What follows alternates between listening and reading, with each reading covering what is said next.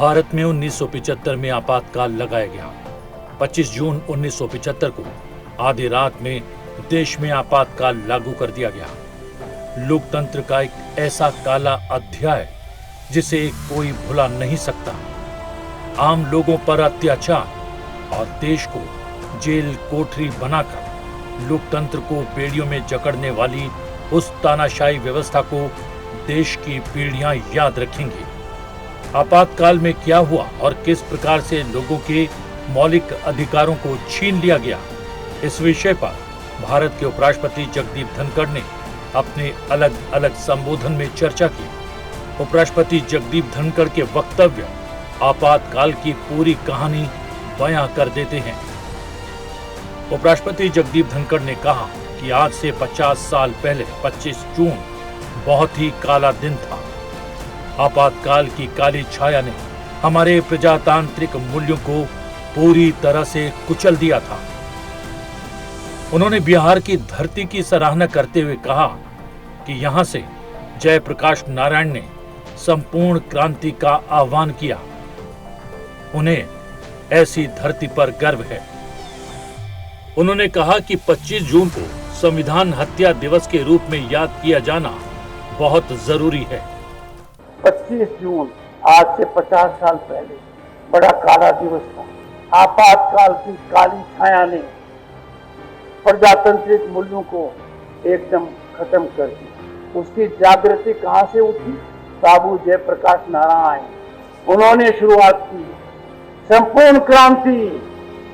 मुझे ऐसी भूमि में आकर बहुत अच्छा लगता है।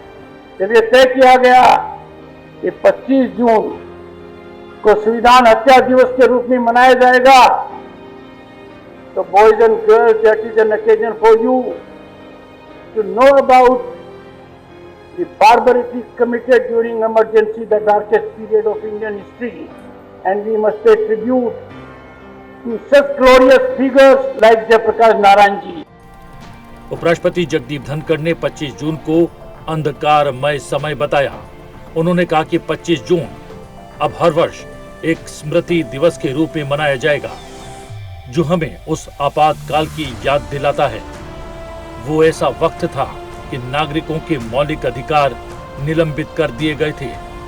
लोगों को बिना किसी कारण बंदी बनाया जा रहा था और नागरिक अधिकारों का सीधे तौर पर उल्लंघन हो रहा था।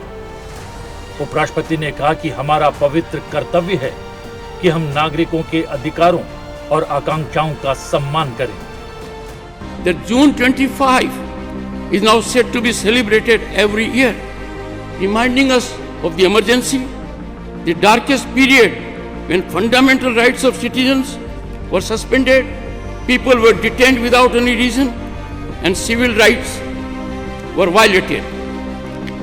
Honorable members, all citizens, particularly members of parliament, must amplify our nation's resonance on the world stage. देश के उपराष्ट्रपति जगदीप धनखड़ ने कहा कि 1975 एक कठोर और अत्याचारपूर्ण काल था जब आपातकाल थोप दिया गया। उन्होंने कहा कि सुप्रीम कोर्ट बार को छोड़कर सभी संस्थाएं झुक गई थी। उपराष्ट्रपति जगदीप धनखड़ ने यह भी बताया कि सुप्रीम कोर्ट बार एसोसिएशन के अध्यक्ष ने उस समय के मुख्य न्यायाधीश को चुनौती दी थी जब 9 उच्च न्यायालयों के फैसलों को लेकर मामला उठा, जब सभी ने माना था कि आपातकाल में भी मौलिक अधिकार बने रहते हैं।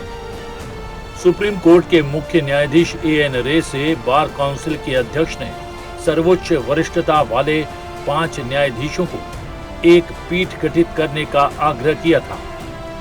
इस प्रकार न्यायमूर्ति एएन रे, न्यायमूर्ति बेग, वरिष्ठ न्यायमूर्ति चंद्रचूड़, न्यायमूर्ति भगवती और न्यायमूर्ति एचआर खन्ना, जो इस मामले में एकमात्र असहमति व्यक्त करने वाले न्यायाधीश थे, इस पीठ का हिस्सा बने।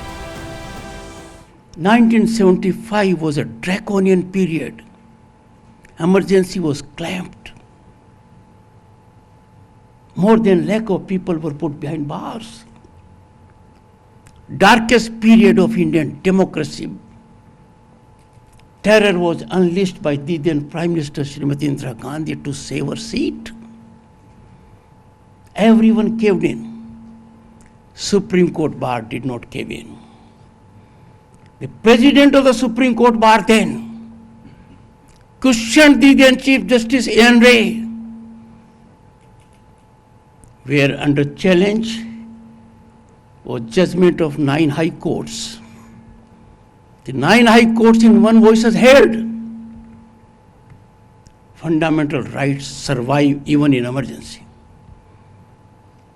Justice A.N. Ray, the then Chief Justice, formed a convenient bench of 5 judges. The then President of the Supreme Court bar went to him, have only the senior most 5 judges. And that is how Justice A.N. Ray, Justice Beg, Justice Chandrachud Senior, Justice Bhagwati, and Justice S.R. Khanna, the lone dissenter, was part of that bench. उपराष्ट्रपति ने कहा कि हमारे संविधान की रीढ़ बहुत मजबूत है। इस संविधान ने हमें कठिन परिस्थितियों से उबरने और ऐतिहासिक उपलब्धियों को प्राप्त करने में सक्षम बनाया है। उन्होंने कहा कि आपातकाल की घोषणा हमारे संवैधानिक इतिहास का सबसे अंधकारमय काल था और हमारी 5000 वर्षों की गौरवशाली सभ्यतागत यात्रा पर एक कलंक की तरह था। Our constitution is finally very strong. Our constitution has enabled us to traverse the difficult terrain and record epochal developments. If we look at our constitutional journey, we did have a dark chapter, a chapter which we can never have now. No one on the planet can generate a system, a mechanism, pernicious ecosystem, depriving human rights, putting people in jail by thousands with no rights available to them. I am referring to declaration of emergency. I want boys and girls to know when the president signed it, what hour it was, how this could happen. Constitutional prescription is loud and clear. The president is bound by the advice tendered by Council of Ministers. Was it by Council of Ministers? That was the darkest, shameful period of our constitutional history and a blemish on our otherwise sublime civilizational journey of 5,000 years. उपराष्ट्रपति जगदीप धनखड़ ने आपातकाल लगाए जाने के लिए तत्कालीन राष्ट्रपति के कार्यों पर भी प्रश्न चिन्ह खड़ा किया। उन्होंने कहा कि यह 25 जून 1975 की मध्य रात्रि थी।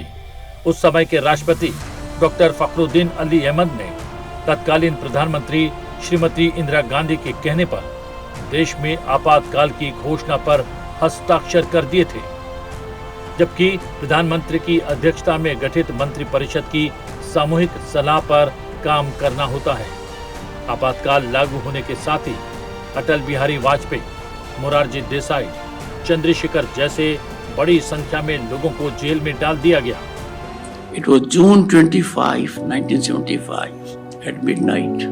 President of India, then Fakhruddin Ali Ahmed, he signed at the instance of Prime Minister, then Prime Minister, Srimati Indira Gandhi, a declaration of emergency in the nation. It was for the first time. Now, you are discerning minds. A president cannot act on the advice of an individual, the Prime Minister. Constitution is very categorical. There is a council of ministers headed by the Prime Minister to aid and advise the president. This was one violation. But what was the result?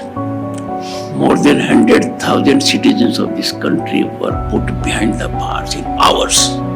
They were dragged out of their homes, put in cells all over the country.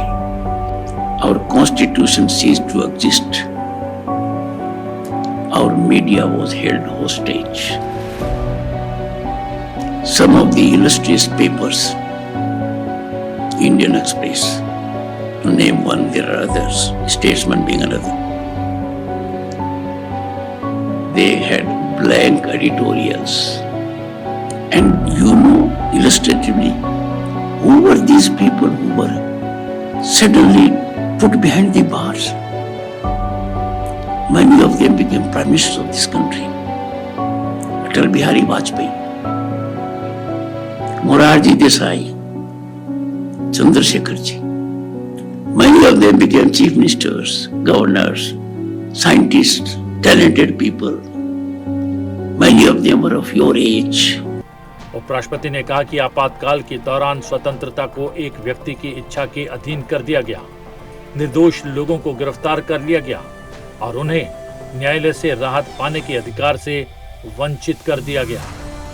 उस समय सर्वोच्च न्यायालय ने उन 9 उच्च न्यायालयों के फैसलों को पलट दिया जिन्होंने पीड़ितों के पक्ष में निर्णय दिया था। Liberty was held to ransom of an individual. Apex Court ruled those arrested, thousands in number across the country, without any fault of theirs, except at heart their nationalism, except that at heart they believed in Bharat Maa, ruled you are barred from seeking any judicial help. But what is more important is, in doing so, the Apex Court overturned the verdicts of 9 high courts of the country. And in that illustrious list of those 9 high courts, this high court figures. I am indeed proud to be part of this institution. During emergency, this institution held its ground. 1975 में तत्कालीन प्रधानमंत्री द्वारा आपातकाल लागू करना संविधान का बहुत बड़ा अपमान था। संविधान की आत्मा पर सीधे तौर पर कुठाराघात था। 1975 में तत्कालीन प्रधानमंत्री द्वारा आपातकाल लागू करना संविधान का बहुत बड़ा अपमान था। संविधान की आत्मा पर कुठाराघात था। Fortunately for us, our democratic values are so strengthened and so deep-rooted and embedded. Such a misadventure cannot even be thought of in present times. उपराष्ट्रपति जगदीप धनखड़ ने कहा कि आपातकाल वो समय था जब लोकतंत्र की सभी मूलभूत भावनाएं डगमगा गई थीं। उन्होंने बताया कि देश की 9 उच्च न्यायालयों के फैसले को सुप्रीम कोर्ट ने पलट दिया था। उन्होंने बताया कि सुप्रीम कोर्ट ने उस समय निर्णय दिया था कि आपातकाल कार्यपालिका की इच्छा पर निर्भर है। During emergency, there are no fundamental rights. So the judgment of the Supreme Court legitimized dictatorship, authoritarianism, despotism in this land, Bharat, the oldest and now most vibrant democracy. You therefore have to remember it because you were not there. I was there. आपातकाल की याद एक टीस बनकर उभरती है उन लोगों के जहन में जिन्होंने इसे झेला। ये एक ऐसा दर्द है कि लोगों ने अपने परिवार वालों को बिना कारण जेल जाते देखा। ये कुंठा और अपमान से भरा हुआ दिन भारत की आम जनता के लिए बेहद ही महत्वपूर्ण है, जिन्होंने लोकतंत्र की विशेषताओं को समझा है। संविधान की हत्या के रूप में मनाया जाने वाला आपातकाल का ये दिन हम सबको सजग करता है और देश की भावी पीढ़ियों के लिए एक सबक के तौर पर सामने आता है।